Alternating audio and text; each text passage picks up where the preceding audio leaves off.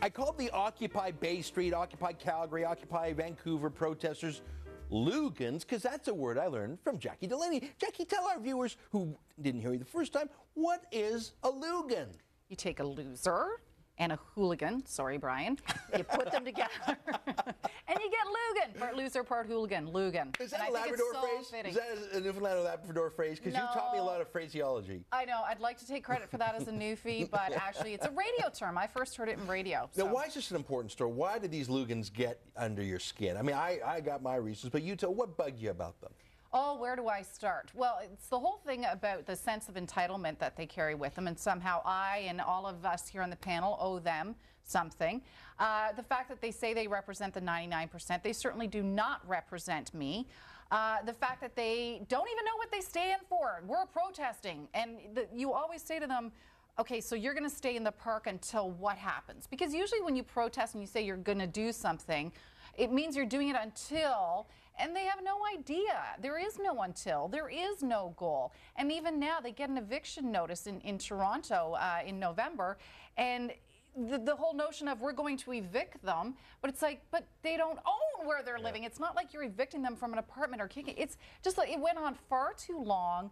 There was this whole sense of entitlement from all of the various movements, and even when there were court injunctions, they didn't adhere to them. They should have just packed up their bags when those court injunctions were issued and left. And then finally, what really ticked me off with it was that it took so long for the police to act. Even, first of all, they had the bylaws on their side, then they had the court injunctions on their side. They should have gone in immediately. London, Ontario did it right when they did it, and they just swooped in and kicked them all out in the middle of the night. And that was it. Yep. Hands washed. Now, Brian, you went down to Occupy Ottawa, and you heard some things. It wasn't just about bylaw infractions or having a tent. Sexual assaults, physical assaults, and even that couldn't generate an awful lot of headlines outside of our organization. One guy shows up at a Tea Party rally in the United States, in a state where it's legal to carry the gun he was carrying out in public, and that was an international story that every news organization carried. Rapes and sexual assaults around North America at different places, in New York, in Ottawa, in Portland. Quiet. Even a death in Vancouver. There's a drug overdose death in Vancouver. But 110 sexual assaults or other assaults, 2,600 arrests nationwide. I mean, this is a crime wave, but the CBC treats it like the second coming of Woodstock. I'll tell you what. Jackie said they don't know what their goals are. Their goals are socialism. The movement's not going away, and they still have politicians on their side who want to move forward. Their goal was always socialism. Michael, what do you think? Do you remember the washroom, public washroom signs? When it was free, it would say vacant, and you pulled the lock across, it said occupied. Yeah. That pretty much sums it up, doesn't it? I mean, this is crap. This is absolute crap. Well, they actually do poo in the park, which is a health issue in itself. It makes you very angry, though, Ezra, because unlike you guys, I mean, I really have a social conscience. And there are major issues, such as people being persecuted for their faith in the Islamic world, Christians, the mentally ill in this country who can't find a psychiatrist or a bed, the homeless. There is starvation. There are things we have to address. These idiots, what they've done, it's not just they've been annoying, they've digressed. It's like a big conspiracy. They've digressed from the real issues. We're paying them attention rather than paying attention to the people who really deserve it. And can I just say, who thinks we're going to have just a baby boom next summer at about, I don't know, June? Yeah, I don't know about that. It's a little iffy. Hey, what am I holding here?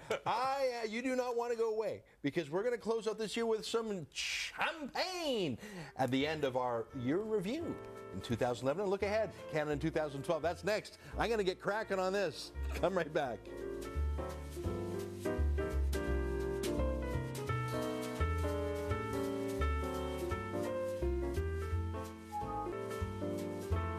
I am giggling, and I haven't even opened this thing yet. Watch out when I get just a drop of liquor in me. I cannot hold it well, and that is not an invitation, Brian Lilley, to take advantage of me. Listen, we've been talking about the great things in 2011. What's your prediction or your hope for Canada? What's your New Year's resolution for Canada in 2012? Hope for Canada. Yeah. The occupiers have been saying they want the world to be better, so do I. But I'd like to be people getting jobs. Still a lot of unemployed in certain parts of Canada, especially central Canada. I want people to get jobs and do well.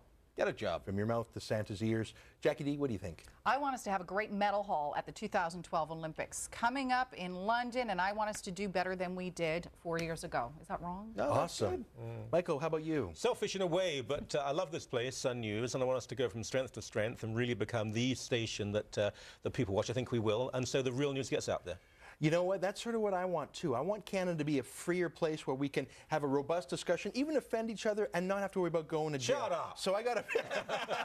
Folks, here we go. I'm going to open the champers. Yeah. All the best for 2012. Here we go. Here we go. Watch out. Yay! Oh, my golly, Mr. Nasrid, I'm sorry. Happy New Year to you, everybody. Ezra, you're Thanks for making a watching the shows. mess. I'm making a mess. I'm Ezra Levant saying Happy New Year.